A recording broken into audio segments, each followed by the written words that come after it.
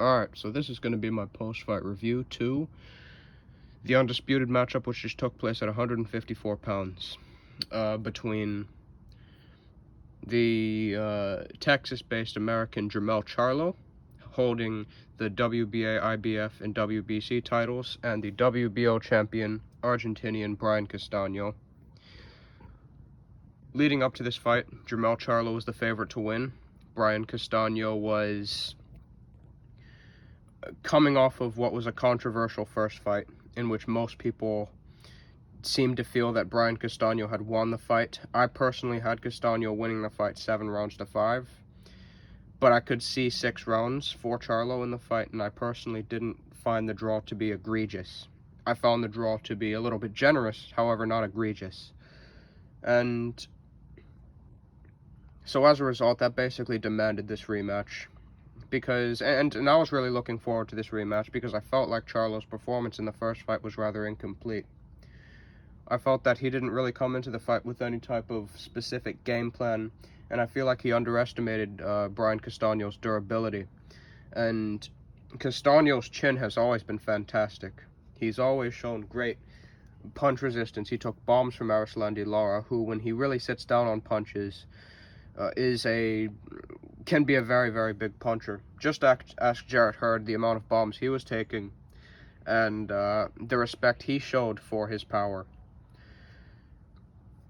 Now, Jermell Charlo came into this fight and attributed some of the things that he was utilizing in the late rounds of his fight with Castano, and even say in the second round, and episodically, he was fighting like...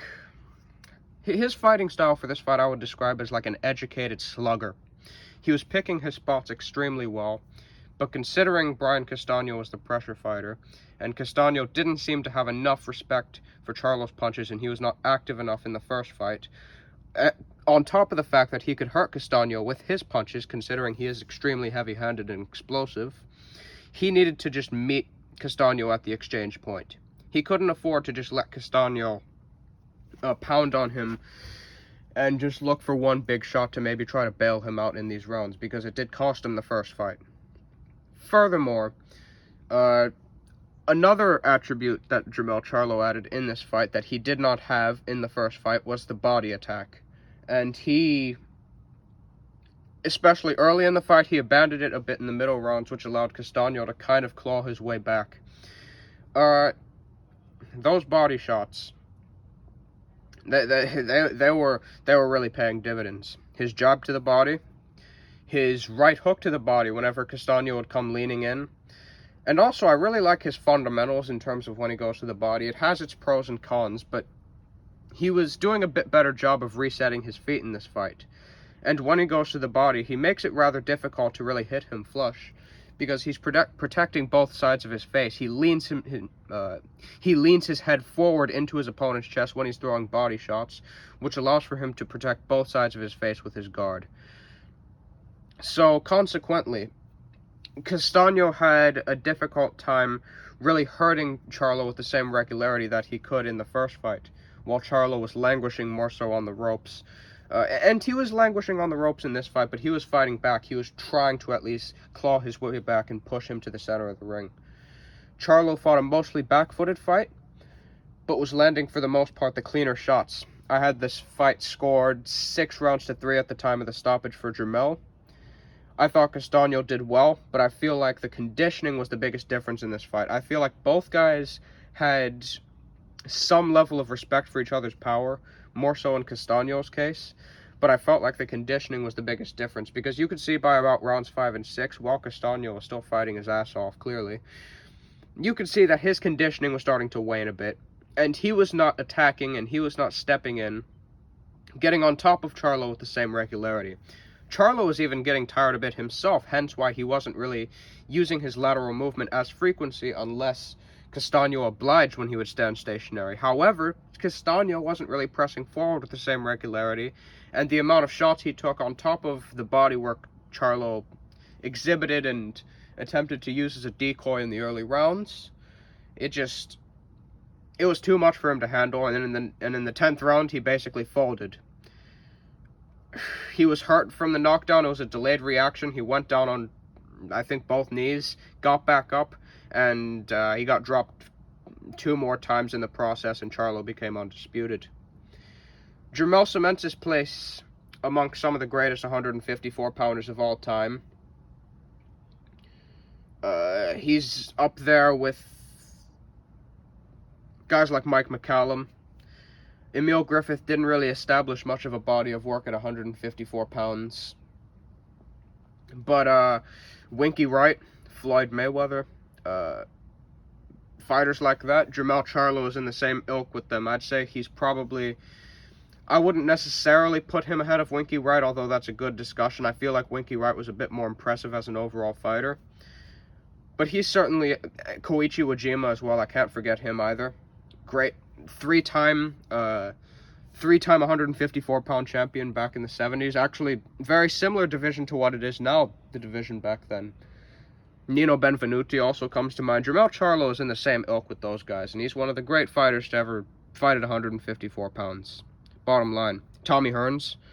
And his resume surpasses a good portion of the guys that I named also, so... You gotta give the guy credit. The man has established a legacy for himself and will probably go to the Hall of Fame on this performance. Now, as per how guys would rank him on a pound-for-pound scale, that's obviously an extremely subjective way to measure a fighter. I would personally rank him, if I were to make a list, probably between 5 and 10. His skills do not impress me as much as, say, a Chocolatito or an Usyk, or the fashion in which he beats guys. But certainly with the resolve, the athletic traits, his punch selection, his technique, you can't underestimate him skillfully. And when he really puts it all together like he did tonight, if this is the Charlo we're getting for the next... If this is the Charlo we're going to be seeing for the foreseeable future, this form, this game plan, and this combination of boxing ability, lateral movement, and obviously that relentless aggression that and punch power that we've seen from him, the slugging, he's going to be extremely difficult to beat at the weight class. Because I don't think Crawford and Spence have the punch resistance to be able to take, or the defensive responsibility to be able to avoid his excessive accuracy and very, very good hand-eye coordination. He may not be as well schooled as those two, but his physical gifts are pronounced. And even in the division, Sebastian Fundora, he's no threat to Charlo. He gets knocked out within 3 rounds. Tim Tszyu, I don't think, is seasoned enough. And even a guy like, say, Bakram Murtsaliev, I don't see him posing much threat. Conwell could pose a threat, but he needs to, come up through the ranks and establish himself more. I still think Harrison could be a threat, because I think Charlo would still have problems with the movement, with the jab, with the length. Someone who actually comes into the ring a bit bigger than him.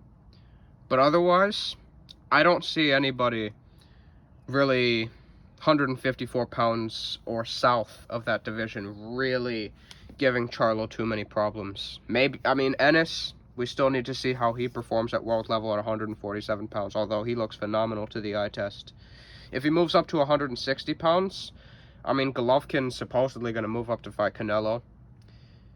If he's moving up to fight Canelo and his best competition is someone like Janibek, who I do like, but if the competition pool looks like Janibek, Esquiva Falcao, and people like that, or Jaime Munguia, that's certainly a division that Jermell Charlo could potentially, I won't say take over, because I think I think he would, considering the improvements Munguia has made, considering how big Janibek is and his boxing ability, I don't necessarily think Jermell Charlo would be able to dominate that division, but I do think he would be a serious player, and I do think he would win a world title. And a guy like Esquiva Falcao, I think he'd knock out. Fair